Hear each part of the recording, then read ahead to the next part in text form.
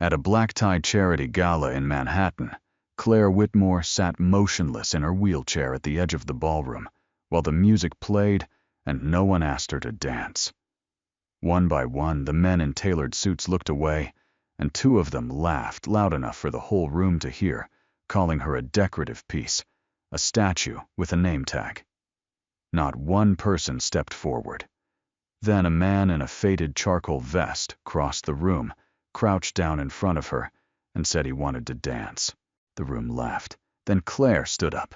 The Whitmore name meant something in this city. It meant a floor of a hospital bearing your last name, a foundation with an annual budget larger than most people's lifetimes, and an invitation to a gala that no one in Manhattan's upper circles would decline. Richard Whitmore had built his medical empire across 3 decades, and tonight's charity event at the Grand Meridian Hotel was the kind of evening that reminded everyone exactly who he was, and exactly who his daughter was supposed to be. Claire had not wanted to come. She had said so twice at dinner the week before, and once more in the car on the way over. But Richard had a way of framing things that made refusal feel like cowardice. He had not pressured her directly. He had simply said that people needed to see her. That absence only fed the rumors, and that she was still his daughter, regardless of what 2 years had done to her legs. She had said nothing after that. She had let the car take her here. The Grand Meridian Ballroom was exactly the kind of room that made people feel small if they let it. 3 crystal chandeliers hung from a ceiling that climbed 40 feet overhead, and the walls were lined with white floral arrangements that cost more than most monthly rents. Round tables filled the perimeter, covered in ivory linen, and the center of the room had been cleared for dancing.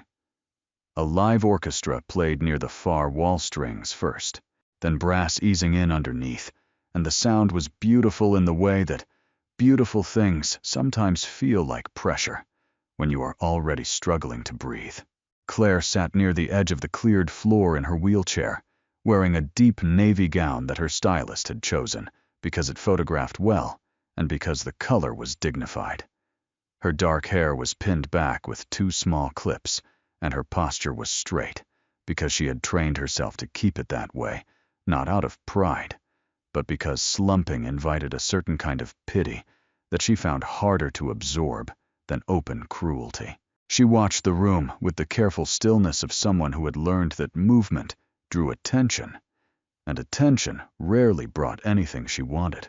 Her father stood across the room with a circle of board members and donors laughing at something she could not hear. He glanced over at her every few minutes, in the way that parents do when they are trying to appear relaxed, but are not.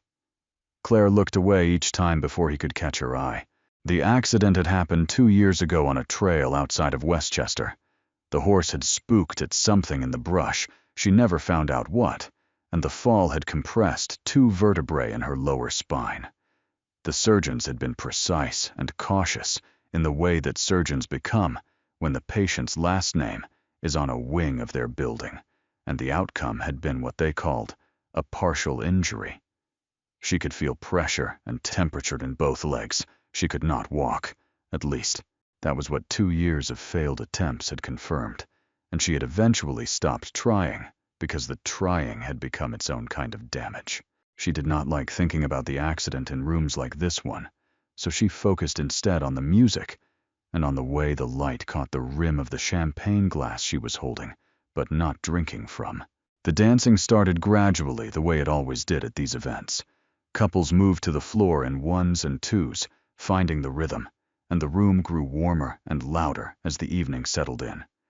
A few men Claire recognized from her father's circle approached the table near her, not to speak to her, but to speak around her, reaching past her orbit to greet colleagues and laugh at stories she wasn't part of. She was used to it. Being near people had started to feel different from being among them, and she had accepted more or less that those were 2 separate things now. What she had not prepared for was what happened next. One of the men broad-shouldered somewhere in his early 40s, with the confident looseness of someone who had never been told no by a room, stopped beside her table and looked at her with an expression that was almost friendly. His name was Grant Holloway. She knew him vaguely from previous events, back when she had still attended them on her own 2 feet. He had a way of speaking that made everything sound like a compliment, until you listened closely enough to realize it wasn't. He said that it was good to see her out again. He said it the way people say things they do not mean, but feel entitled to say anyway. And Claire thanked him, because she was not in the mood for a confrontation in the middle of her father's event. Then one of the men beside Grant made a joke about the orchestra playing a waltz, and Grant looked down at her wheelchair, with an expression that shifted just enough for her to catch it, a flicker of something between discomfort and amusement, and said that it was a shame she couldn't join them on the floor. Not a shame for her, a shame in the abstract, like a closed restaurant or bad weather. His companion laughed, and then Grant laughed too. And then the moment passed, the way those moments always passed quickly without acknowledgement, leaving her to absorb it alone, while the conversation moved on to something else entirely. They drifted away, and she set her champagne glass down on the table, because her hand had started to feel unsteady, and she did not want anyone to notice that. The orchestra transitioned into a slower piece, and several more couples moved to the floor. Claire watched without meaning to, tracking the way bodies moved together, the way a man placed a hand at the small of a woman's back, and the woman leaned slightly into it. She had danced at events like this one before the accident. She had been good at it, not trained, but naturally easy in the way some people are when they are comfortable in their own bodies. She had not thought about that in a long time. She thought about it now. A server moved past her with a tray of glasses, pausing to ask if she needed anything, and she said, "No, thank you," and the server moved on.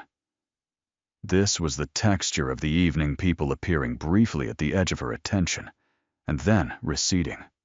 None of them landing. None of them staying long enough to become real. Then a man named Derek Sutton, whose family ran a private equity firm, and who had drunk enough of the open bar to loosen whatever internal filter he'd arrived with, walked past her table with 2 companions and said something quietly, but not quietly enough. He used the phrase decorative piece. He said it while gesturing in her direction, and one of his companions pressed his lips together in the way people do when they want to laugh, but know they should not quite yet. The third man in the group looked at the floor. Claire did not move. She kept her expression level and her shoulders back, and she breathed slowly through her nose. And she told herself that it did not matter that he was drunk and small, and that what small people said in rooms like this one had no authority over her. She told herself this, and she mostly believed it, but her jaw had tightened, and her hands had settled flat against her thighs, in a way that she recognized as the body's version of bracing for impact. The room had not gone silent. No one had heard it but her and the 3 men, and possibly the server with the tray, who was now walking in the other direction. But the room felt different after that, in the way a room always feels different once something has been said that cannot be unsaid. Louder somehow, and more indifferent, and she was suddenly very aware of the space between her table and the nearest exit. She was thinking about that exit, measuring the distance, calculating whether she could leave without her father noticing for at least 10 minutes, when she saw Lucas Bennett for the first time. He was standing near the service corridor on the far side of the room, holding a clipboard and speaking in a low voice to one of the catering staff. He was 35, though he looked older in the tired way that grief makes people look older. Not worn down exactly, but weighted, as if some part of him was always carrying something that wasn't visible from the outside. He wore a charcoal vest over a white dress shirt, and the vest had the slightly faded quality of something that had been good once and had been worn often since. His dark hair was cut short, and his expression, even from across the room, had the focused neutrality of someone who had trained himself not to feel too much in public spaces. He was not a guest. He was managing the evening's logistics for the hotel, which meant he had been here since 4 in the afternoon, and would likely still be here well after midnight, making sure that nothing went wrong in ways that anyone would notice. This was what he did now. It was not what he had always done. 4 years ago, Lucas had been in the final year of a physical therapy graduate program, working clinical hours at a rehabilitation center in Brooklyn, and doing well enough that 2 of his supervisors had pulled him aside to tell him he was the kind of therapist patients actually responded to. Then his wife died a sudden cardiac event, no warning, no chance to prepare, and the world had rearranged itself in the way that worlds do after something irreplaceable is removed from them. He had taken a leave of absence from the program. The leave had stretched into a withdrawal. He had stopped returning calls from the department, and eventually stopped checking his email from that account entirely. He had found different work. Quieter? Work that asked very little of him emotionally, and he had settled into a life that functioned the way a room functions, when all the furniture has been pushed to the walls, technically usable, technically fine, but not quite lived in. He finished his conversation with the catering staff and marked something on his clipboard, and looked up, and that was when his eyes moved across the room and landed briefly on Claire. He noticed her the way you notice something that does not fit the pattern, not because she was conspicuous, but because she was too still. Everyone else in the room was in motion, leaning towards someone, or away from someone, laughing, or pretending to lifting glasses and setting them down. She was simply sitting there, spine straight, hands flat, watching the dance floor, with an expression so carefully controlled it told him everything it was trying to hide. He looked away. He had a job to do, and the evening was moving forward, and it was not his place to notice things about the guests. He moved along the perimeter of the room toward the next item on his list. He was near the east corridor when he heard the laughter. It was not the general laughter of the room. It was targeted and low, coming from a cluster of men near the bar who were looking in Claire's direction, while one of them, the broad one who had been talking loudly all evening, mimicked something with his hands and gestured toward the wheelchair. Lucas did not hear what was said. He did not need to. He had worked events long enough to recognize the specific configuration of men who were being cruel and knew they would face no consequences for it. He looked at Claire. She had heard it too. Her posture had not changed. She had not collapsed, or looked away, or done anything that would give them the satisfaction of a visible reaction. But something around her eyes had shifted, a tightening at the outer corners that was not quite anger and not quite grief, but lived somewhere between the two. Her hands, flat on her thighs, had pressed down just slightly harder than before. The orchestra moved into a waltz. Lucas set his clipboard down on a service cart near the wall. He was not thinking carefully about what he was doing. He was not weighing options or calculating outcomes. He was simply moving the way the body moves when the mind has already decided something and is just waiting for the rest of the system to catch up. He crossed the ballroom floor with the same unhurried pace he used for everything, which meant that by the time people began to notice him, he was already most of the way there. He stopped in front of Claire's wheelchair, and he crouched down so that he was at her eye level, and he said, "I know this is unexpected, and I realize we haven't been introduced. My name is Lucas. I work for the hotel." He held out his hand, not performatively, not with the expectation of being charmed, but in the straightforward way of someone who was simply completing a sentence. "I'd like to dance with you if you're willing." Claire looked at him with a careful measuring look that was taking in his expression, his posture, the fact that his vest was faded, and his hand was already half extended, and he was not smiling in the pitying way that people smiled at her. He was just looking at her, evenly waiting. Around them, the room had begun to notice. Someone at the bar made a sound, not quite a laugh, but the precursor to one. Someone else said something to their companion in a low voice, and the companion looked over with the expression of a person settling in to watch something embarrassing unfold. Claire was aware of all of it. She was aware of her father across the room who had gone very still. She was aware of Grant Holloway near the bar, who had turned to face them fully now. She was aware of the distance between her hands and the wheels of her chair, and the distance between who she had been before the accident and who she had become in the 2 years since. She was also aware of something she had not expected to notice: a slight movement in her left leg when Lucas had crouched down in front of her. Not a full movement, not a voluntary one. Just a small, involuntary shift of muscle, the kind of thing that happened sometimes when she was startled or moved. The kind of thing the doctors had called residual neuromuscular activity, and her own body had called nothing because she had stopped listening to it. Lucas had noticed it too. She could see it in the way his eyes moved just briefly to her legs and then back to her face. He did not say anything about it, but his hand remained extended, and his expression did not change, and he was still waiting. The waltz continued. Claire looked at his outstretched hand for a moment that felt longer than it was. Behind her, someone laughed. In front of her, a man she had known for approximately 90 seconds was offering her something she could not quite name. Not pity, not performance, not the complicated charity of someone who wanted credit for being good. Just an outstretched hand, and a direct request, and a pair of eyes that were looking at her like she was a person who was capable of making a decision. She reached out and took his hand. The laughter that followed was not the sharp, sudden kind. It was the slow, spreading kind, moving through a room like a temperature change person to person, as people registered what they were seeing and decided how to respond. A hotel employee in a faded vest had just asked the Whitmore daughter to dance. The Whitmore daughter, who had not stood on her own in 2 years, who had arrived in a wheelchair and would presumably leave in one, had just taken his hand.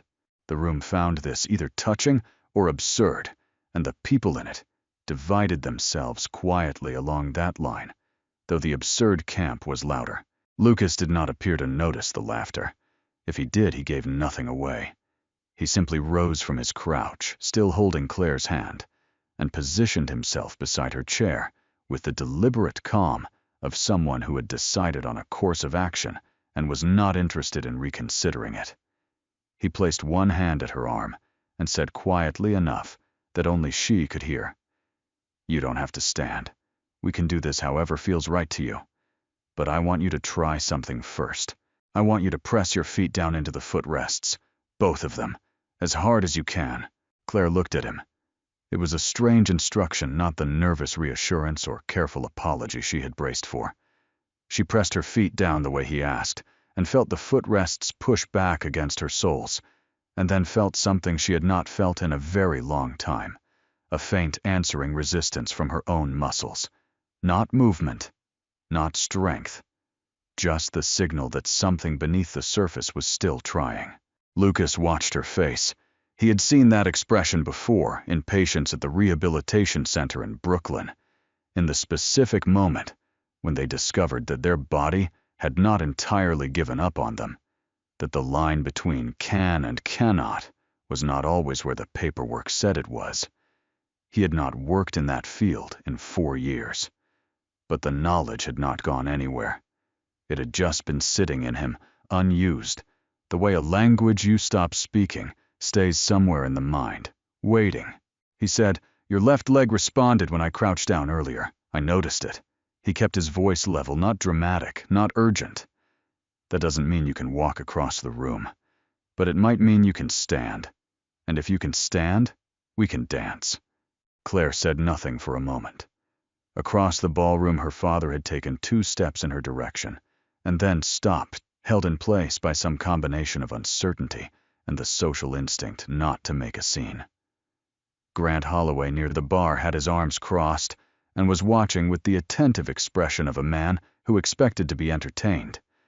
Derek Sutton, the one who had called her a decorative piece, had turned his back, either from disinterest or from the dim, unexamined awareness that watching might require him to feel something he preferred not to feel. Claire looked at the dance floor. 20 feet of open hardwood gleaming under the chandeliers, surrounded on all sides by people in evening wear who were now watching her with varying degrees of concealment. She looked at Lucas, who was still beside her, with the same unhurried expression, not pushing, not pleading, just present. She thought about the footrests and the resistance and the faint effort her legs had made. And she thought about the 2 years she had spent not thinking about things like that, because the thinking had always ended the same way, with the floor coming up too fast, and her body refusing to cooperate, and the particular silence of a room where everyone has just watched you fail. She said, "If I fall, this is going to be very bad for both of us." Lucas said, "If you fall, I'll catch you." That's not a figure of speech. She almost smiled. It was not quite a smile, more the shape of one, the structural beginning of something that hadn't fully decided to arrive yet. She reached up and took his arm. Getting out of the wheelchair was not graceful. It was not the movie version of the moment where the music swells and the body obeys, and everything resolves into something clean and visible. It was slow and uncertain, with Lucas bearing most of her weight and adjusting constantly, one hand at her waist and one at her forearm, compensating for the unpredictable way her legs were responding, the left one doing more than expected, the right one doing almost nothing. Claire's jaw was tight and her breath was shallow, and she was keenly, painfully aware of every person in the room who was watching, which at this point was nearly everyone. She made it to standing.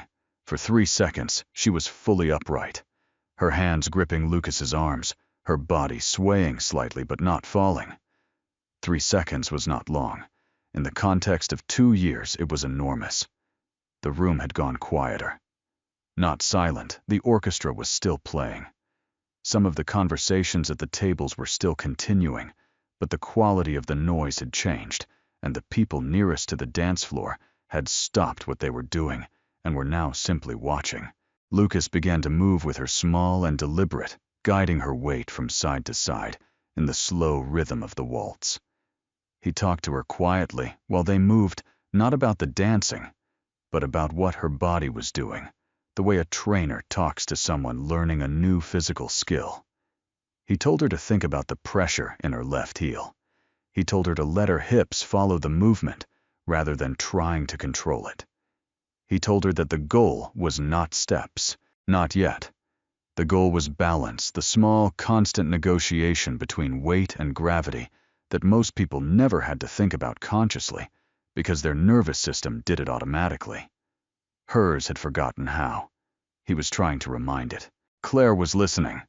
She was listening with the focused attention of someone whose instructions are the only thing standing between her and the floor.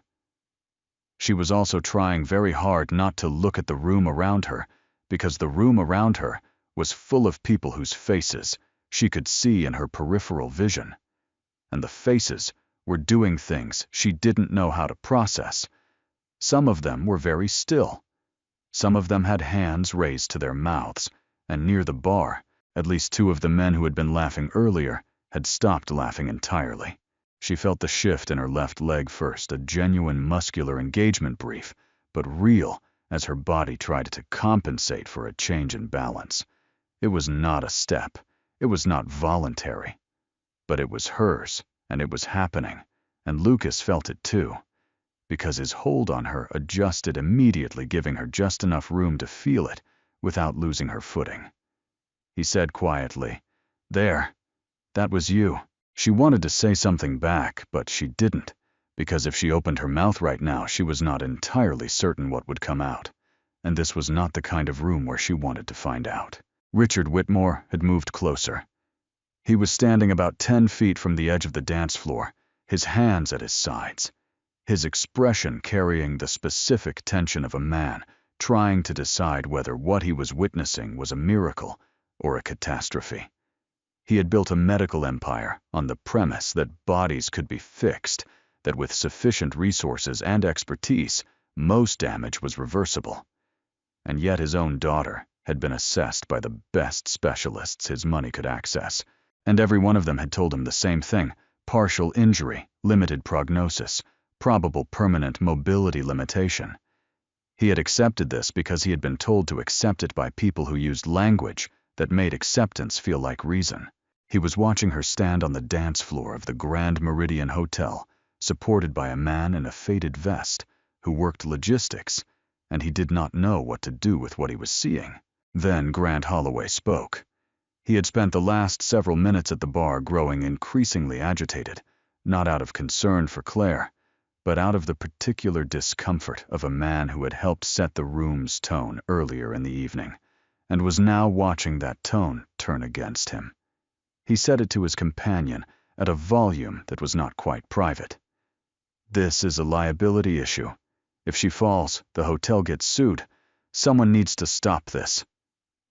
His companion made a sound of agreement, and Grant set down his drink and moved toward the floor with the purposeful stride of a man who had decided he was the appropriate person to intervene, which was Claire would later think entirely consistent with everything she had ever known about him.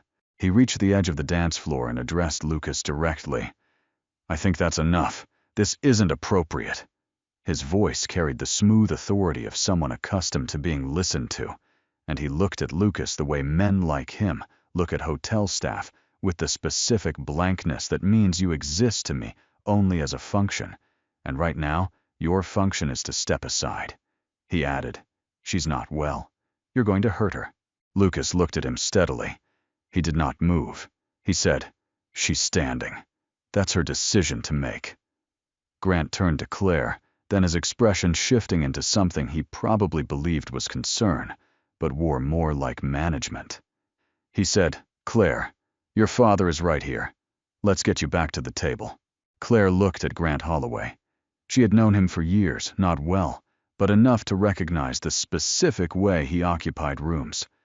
The assumption underneath every gesture that the world was organized around people like him, and that everyone else was a variable to be managed. She had been a variable to him for 2 years, ever since the wheelchair, and before that, she had been a different kind of variable. The right kind, the socially useful kind. She understood, looking at him now, that his concern was not for her. It was for the room, and for the story the room was telling, and for the fact that the story was no longer one he controlled. She said, "I'm fine where I am." Grant's expression tightened slightly. He looked at Richard across the room in the wordless communication of men who believe they are managing a situation together. Richard did not move immediately, but Claire saw him take a breath and start forward, and she felt something in her chest tighten in response. The old familiar weight of being handled, of being the problem that needed solving, rather than the person who got to decide.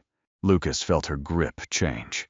He felt the slight increase in pressure in her hands, and the corresponding shift in her center of gravity that meant she was pulling back, retreating in the way that people retreat when the world closes in on them. Not physically, but internally, the progressive contraction of someone preparing to disappear. He had seen it before in that other life, with patients who were weeks into recovery and faced with their first real obstacle after an early success. The moment when the full scale of the effort required suddenly revealed itself, and the gap between where they were and where they needed to be looked too wide to cross. He said her name just once, quietly enough that Grant and the gathering crowd could not catch it, and when she looked at him he said, "Don't go back yet. You don't owe this room anything, but you might owe yourself another 30 seconds.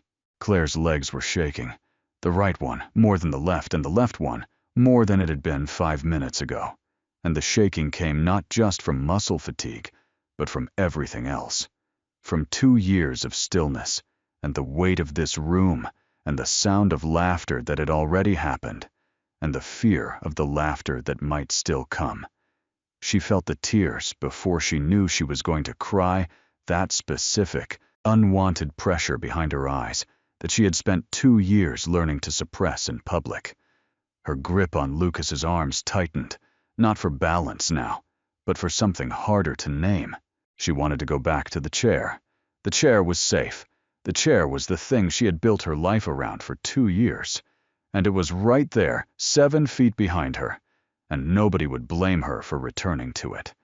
Everyone in this room, including the people who were watching with something that looked like hope, would understand if she sat back down.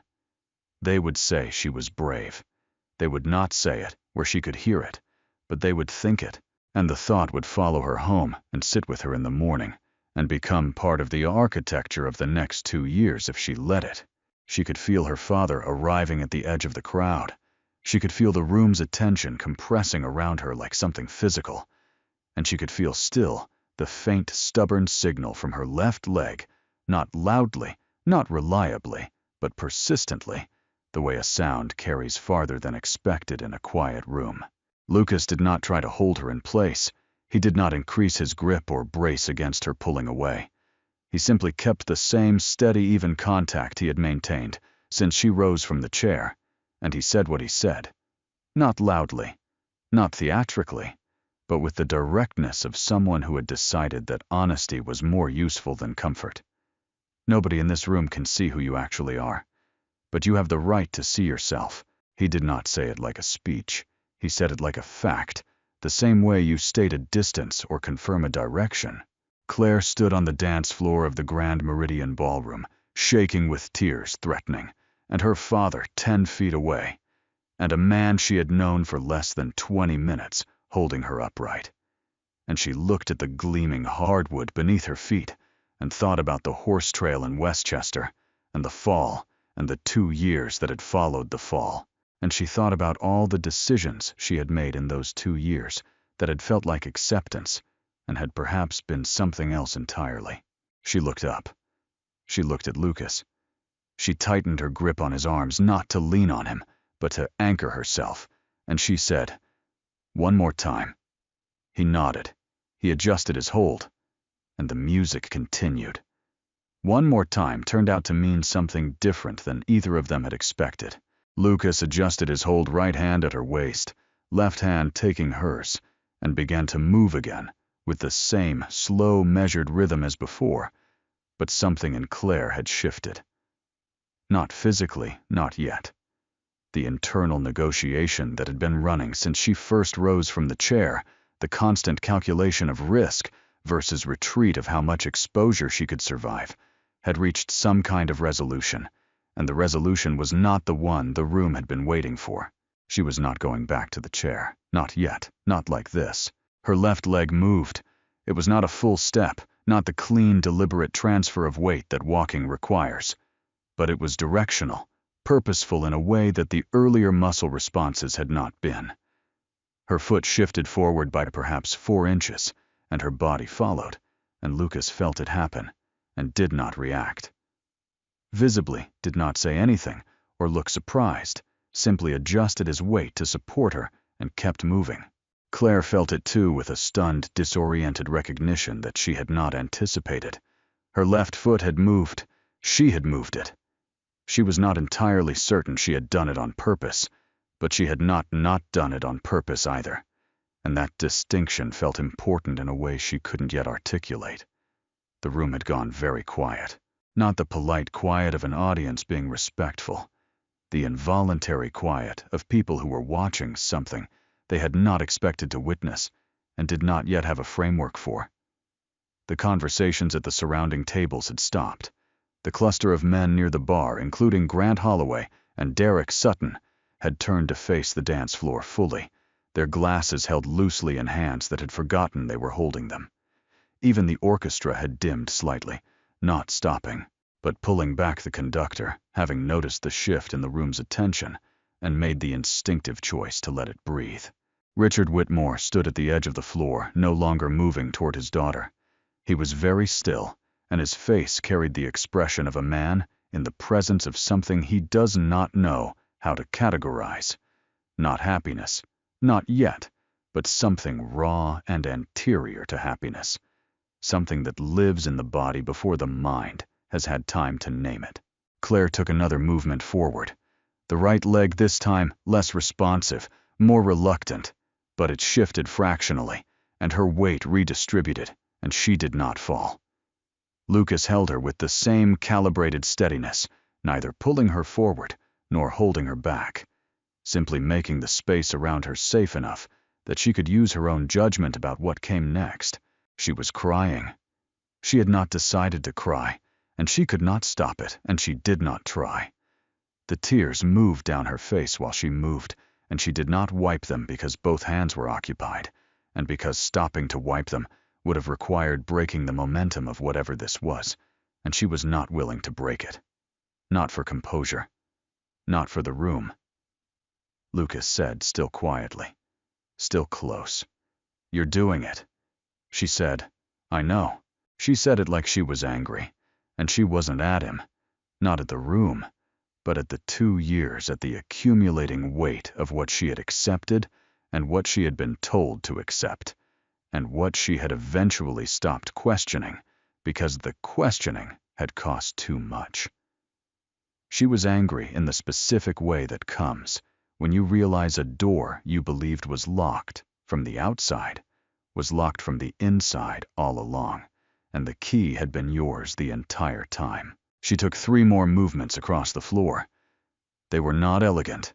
They were not the waltz that the orchestra was playing. They were something slower and more effortful, a controlled shifting of weight, rather than any recognizable dance form.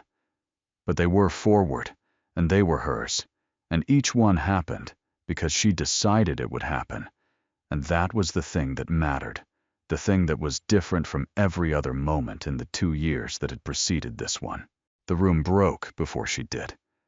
A single sound at first, someone near the back of the ballroom, a woman whose name Claire didn't know, who made a sound that was not quite a word, and covered her mouth with her hand. Then someone else. Then a collective sound that moved through the room, the way that first laughter had moved through it, person to person, but in the opposite direction, not outward and dismissive, but inward and involuntary, the sound of people being undone by something they were not prepared for. Richard Whitmore's face had changed completely. The corporate control he wore in rooms like this one, the practiced composure of a man who had built a life on appearing to have everything in hand, had dissolved into something much older and much simpler. He pressed his lips together very hard and looked at his daughter on the dance floor and did not say anything at all. Grant Holloway near the bar had set his drink down at some point without noticing he had done it. He was watching Claire with an expression that was trying to reassemble itself into something neutral and not quite managing it. Derek Sutton had turned back to face the dance floor, and his face carried the particular quality of a man being confronted by something he couldn't talk his way out of, not because anyone was confronting him directly, but because the situation itself had become the confrontation, and he was in it, whether he chose to be or not. Claire came to a stop. She had moved approximately 8 feet from where she had started, which was not far by any objective measure, but she was standing, and she was upright, and her hands were still holding Lucas's arms, and the floor was still beneath her feet, and the room was very, very quiet around her. She looked up at the chandeliers for a moment, those 3 enormous crystals throwing light in every direction, and then she looked at Lucas.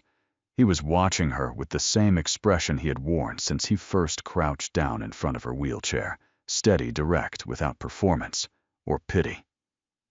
He looked tired, she noticed. He had looked tired since the beginning. Not the tired of a long shift, though that was part of it, but the older tired, the kind that lives behind a person's eyes after they have been carrying something for a long time. She had been so focused on what he was doing for her that she had not thought much about what it might have cost him to cross that floor in the first place, whatever internal motion had sent him toward her, when everyone else in the room had looked away. She said quietly, "You knew, before you came over. You knew about the movement in my leg." Lucas said, "I noticed it. I didn't know anything." She said, "But you thought there was a chance." He considered this, and then said, "I thought the alternative was worse." She understood what he meant. The alternative was the chair and the rest of the evening, and 2 years extending into 3 and 4, and a body being slowly persuaded by the weight of everyone's expectations, including her own, that it had nothing left to offer. The alternative was the room proceeding, as it had been proceeding, with its laughter and its careful management of her, and no one crossing the floor, and the waltz ending, and nothing changing. He had thought the alternative was worse, so he had walked across the room in a faded vest, with no authority and no credentials, and no guarantee that any of it would work, and he had crouched down and held out his hand. And that was the whole of it. That was everything. The orchestra had moved into a new piece slower, without the formal structure of the waltz, more open, and the room was still quiet enough that the music carried clearly across the floor. Richard Whitmore had moved to the edge of the dance floor and was standing there without speaking, looking at his daughter with an expression she hadn't seen on him in years. Not the careful, managed love of a parent who has adjusted his expectations according to a prognosis, but something prior to all of that, adjusting, something that remembered who she was before the trail and the horse and the fall. He said her name, just her name. She looked at him, and he looked back, and the two of them held that look for a moment that contained a great deal that neither of them said. Then Claire looked back at Lucas and said, "You studied physical therapy." It was not a question. She had assembled it from the details of the last 20 minutes, the way he had talked about weight distribution and neuromuscular response, the specific vocabulary, the particular quality of his attention. It was not the attention of someone who had read about these things. It was the attention of someone who had practiced them and practiced them long enough that the knowledge had become instinct. Lucas said, a long time ago. She said, "Why did you stop?" He was quiet for a moment in the way people are quiet when the answer is real, and they are deciding how much of it to give. Then he said, "My wife died, and everything I had was inside that life, and when the life ended, I didn't know what to do with everything inside it. So I put it somewhere, and didn't go back for it." Claire looked at him. She said, "Until tonight." He didn't answer that directly. He looked at the floor, then back at her, and said, "You should probably sit down. You've done enough for one evening." She said, "I'll decide when I've done enough." But she let him guide her back to the chair, because her legs had reached their actual limit, not the psychological one, but the physical one, and she recognized the difference. She sat down, and the effort of the last 20 minutes settled into her body all at once. The shaking in her legs, the ache in her arms where she had gripped his, the rawness behind her eyes. She felt hollowed out in the way that follows. Something large, not empty, but cleared, as if space had been made for something that hadn't arrived yet. The room began to applaud. Not the polite, rhythmic applause of a charitable audience responding to a scheduled performance. Something less organized than that, and more genuine, starting with 2 or 3 people near the back and moving forward until it had reached most of the ballroom. People were standing at their tables, and the sound was loud enough that the orchestra had stopped playing, and the musicians were looking out at the room with the expressions of people who have just been surprised by their own audience. Claire sat in her wheelchair and let the sound move through the room without trying to shape her reaction to it. She was not performing gratitude. She was not performing anything. She was simply sitting there in the middle of the room she had wanted to leave 2 hours ago, feeling the particular weight of a moment that had become, without her planning it, as something she would spend a long time understanding. She found Lucas a few feet away, standing at the edge of the cleared floor. The room's attention was on her, not on him, which was both appropriate and somehow wrong. He had stepped back the way he had been stepping back all evening, returning to the periphery, to the service corridor, and the clipboard, and the logistics of an event that was almost over. He was not someone who sought the center of things. He was someone who entered the center when the center required it, and then moved back out again quietly without needing credit for the motion. Their eyes met briefly. She thought about what he had said, that he had put everything inside himself somewhere and not gone back for it. She thought about the 4 years he had spent in hotel corridors with clipboards, keeping everything running so that rooms full of people like the ones in this ballroom could have their evenings go smoothly, and no one ever knew what he had left behind to be here. She thought about how long it was possible to sustain that. She thought about how long she had been doing her own version of the same thing. In the months that followed, Claire began a formal rehabilitation program, the real kind, the committed kind, with a specialist in spinal cord injury and a physical therapist who built a protocol around what her body could actually do rather than what the early assessments had suggested it could not. She did not recover fully, and she did not pretend otherwise. Some days the progress was visible, and some days it was not, and she learned to live inside that uncertainty without letting it collapse into despair, which was its own kind of work and took its own kind of time. The following spring, she agreed to speak at a conference on disability and mental health, not as a medical subject, but as a person who had something specific to say about the difference between a body's actual limits and the limits that fear and grief and other people's assumptions can quietly build around it. She was not a natural public speaker. She became one anyway because the thing she had to say felt important enough to get better at saying. Richard Whitmore funded a rehabilitation center on the west side of Manhattan. He named it after a woman he had never met, Lucas Bennett's wife, whose name was Caroline, and whose absence had sent her husband sideways into a hotel logistics job, where 4 years later, he had noticed something in a ballroom that everyone else had missed and decided it was worth acting on. Lucas went back to the field. It took several weeks of conversation with Claire, and a longer conversation with himself, and a call to the graduate program that he had not made in 4 years. A call that turned out to be easier than he had expected, because the department coordinator remembered him and said they had been hoping to hear from him. He returned with the specific knowledge of someone who has learned something in the years away, not just about physical therapy, but about the particular kind of courage it requires to help someone believe in their own body when they have stopped believing in it themselves. He was good at it. He had always been good at it, and the years away had not changed, that only deepened it. What developed between him and Claire did not happen quickly, and neither of them forced it. It grew out of the rehabilitation work. First, he was not her therapist, and he was careful about that.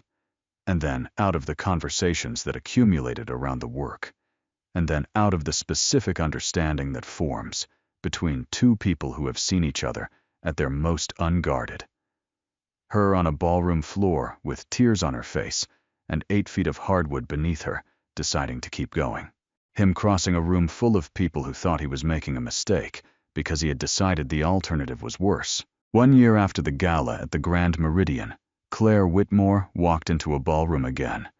The event was a benefit for the rehabilitation center, and the room was full of people she recognized and people she didn't, and she walked in on her own, slowly with concentration. With one hand briefly on the doorframe at the entrance, and then across the floor, toward the center of the room, where the lights were brightest. Lucas was already there. He had arrived early the way he always arrived early, and he was standing under the chandeliers in a suit that was not faded, that he had bought for this specific evening, watching her walk toward him, with the same steady expression he had worn the first night. No performance, no pity, just presence. The music started. Nobody in the room laughed. When Claire reached him and took his hand, and they began to move together, across the floor, the room rose, not in the surprised, involuntary way of the year before, but deliberately, knowingly, with the full understanding of what they were witnessing and why it mattered. The applause was still going when the song ended. Neither of them was counting.